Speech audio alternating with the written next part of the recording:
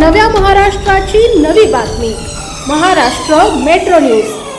शिंदखेडा तालुक्यातील साळवे ग्रामपंचायत सरपंच पदावरून वाद, विरोधकांनी केलेल्या अतिक्रमण, घरात राहत असल्याचे दाखवत आरोप। जिल्हाधिकारी धुळे यांकरवी सरपंच उषाताई संतोष वाघ यांना अपात्र ठरवले होते। त्यावर सरपंच सौ वाघ यांनी उच्च न्यायालय संभाजीनगर येथे धाव घेऊन 1 ऑगस्ट रोजी न्यायालयानं साळवे ग्रामपंचायतच्या लोकनियुक्त सरपंच उषाताई संतोष वाघ यांना कायम राहतील असा न्यायनिर्वाळा दिल्यानं समर्थकांनी आनंद व्यक्त करत जल्लोष साजरा केलाय। साळवे येथील रहिवासी रमेश खंडेराव शिंदे यांनी विरोधाच्या बाजूने निवडणुकीचा पराभवाचा वचपा काढण्यासाठी खोटे आणि बनावट पुरावे सादर करून जिल्हाधिकारी धुळे आणि विभागीय आयुक्त नाशिक यांच्याकडे साळवेच्या लोकनियुक्त सरपंच उषाताई वाघ या सासरच्या अनधिकृत घरात राहत असल्याचं कारण दाखवत विभागीय आयुक्त नाशिक यांनी दिलेल्या दिनांक 23 जून 2025 आदेशानुसार जिल्हाधिकारी धुळे यांनी 6 फेब्रुवारी 2025 रोजी दिलेला आदेश कायम ठेवून सरपंच पद अपात्र ठरवलं होतं। म्हणून दिलेल्या निकालाविरोधात उषाताई संतोष वाघ यांनी संभाजीनगर उच्च न्यायालयात याचिका दाखल केली।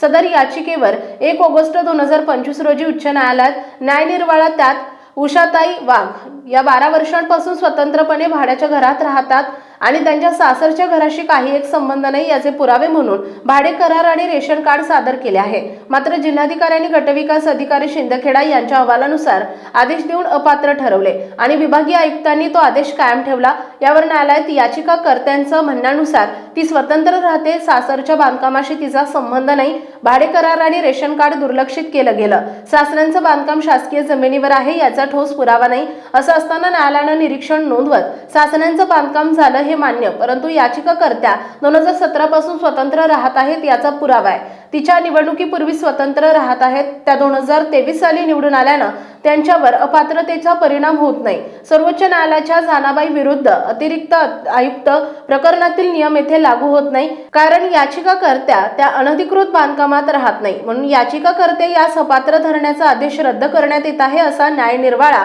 न्यायमूर्ती एच.जी. चापलगावकर यांनी दिनांक 1 ऑगस्ट 2025 रोजी दिला।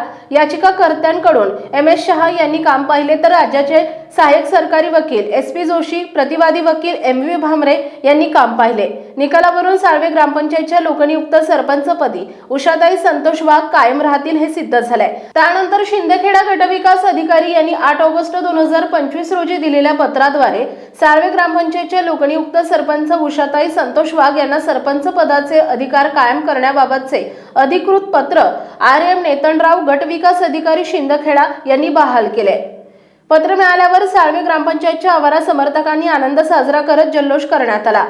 त्यात अधिकृत लोकनियुक्त सरपंच उषाताई वाघ, गटनेते संतोष वाघ, प्रकाश बोरसे, सामाजिक कार्यकर्ते राहुल बडगुजर, अनिल पुंजू पाटील, मनोज अशोक जाधव, प्रफुल्ल उदयसिंग गिरासे, समाधान रमेश बोरसे, दिगंबर कोळी, प्रमोद नवल बोरसे आणि समर्थक ग्रामस्थ मोठ्या संख्येने उपस्थित राहून डॉक्टर बाबासाहेब आंबेडकर यांचा विजय असो, छत्रपती शिवाजी महाराज यांचा विजय असो घोषणा देत विजय उत्सव साजरा करण्यात आला। आज छत्रपती संभाजीनगर हायकोर्टाकडून आमचे मित्र संतोष भाऊ यांच्या धर्मपत्नी साळवे गावाच्या लोकनियुक्त सरपंच पदावर विराजमान होत्या, पण काही समाजकंटक मानवांनी खोट्या प्रकारच्या दावा दाखल केला आणि त्या खोट्या प्रकारच्या दावाच्या अनुषंगाने त्यांना अपात्र करण्यात आलं। मात्र आमचे मित्र संतोष भाऊ यांनी संघर्षमय लढा हा चालू ठेवला। कलेक्टरांनी अगोदर अपात्र केलं, त्याच्यानंतर त्यांनी आयुक्ताकडे आपली पिटिशन दाखल केली, आयुक्तांनी सुद्धा त्यांना अपात्र केलं। नंतर आम्ही छत्रपती संभाजीनगर हायकोर्टात अपील दाखल केली आणि त्या ठिकाणी आमचा सन्मानजनक न्यायालयीन प्रणालीप्रमाणे त्यांना स्टे नाही, डायरेक्ट निकाल देण्यात आला की तुम्ही साळवे गावाच्या लोकनियुक्त सरपंच होत्या आणि कायम आहेत, अशा पद्धतीने त्यांना निकाल देण्यात आला। डॉक्टर बाबासाहेब आंबेडकरांचा डॉक्टर बाबासाहेब आंबेडकरांचा मित्रांनो, एक गोष्ट सांगू शकतो की या ठिकाणी सत्य परेशान होता है लेकिन पराजित नहीं होता। हमारा संघर्ष योद्धा लड़ता रहा और लड़ते रहेंगे। आमची याच्या पुढची तयारी होती आम्ही दिल्लीला सुद्धा जाणार होतो, पण आमच्यावर ती वेळ आली नाही. विजय आम्हाला इथंच मिळून गेला. धन्यवाद कोर्टाचे आणि जे गावकऱ्यांनी आम्हाला साथ दिली. आमच्यावर प्रेम करणाऱ्या सर्व बांधवांचे पुन्हा एकदा आभार. आणि गावाचा विकास पुन्हा जोराने करू आम्ही. आणि गाव विकासाचे हे लक्ष आम्ही डोळ्यासमोर ठेवू. कुठलेही गटतट आमच्या समोर राहणार नाही. जे गटतट राहणार त्यांच्या कानसरी चांगल्या प्रकारच्या भेटलेली आहे, त्यांनी पुन्हा गटतट करू नये. त्यांनी आता शांत राहावं, त्याशिवाय पर्याय नाही. आणि आत्मचिंतन करावं आणि थोडंफार काहीतरी सुधारावं.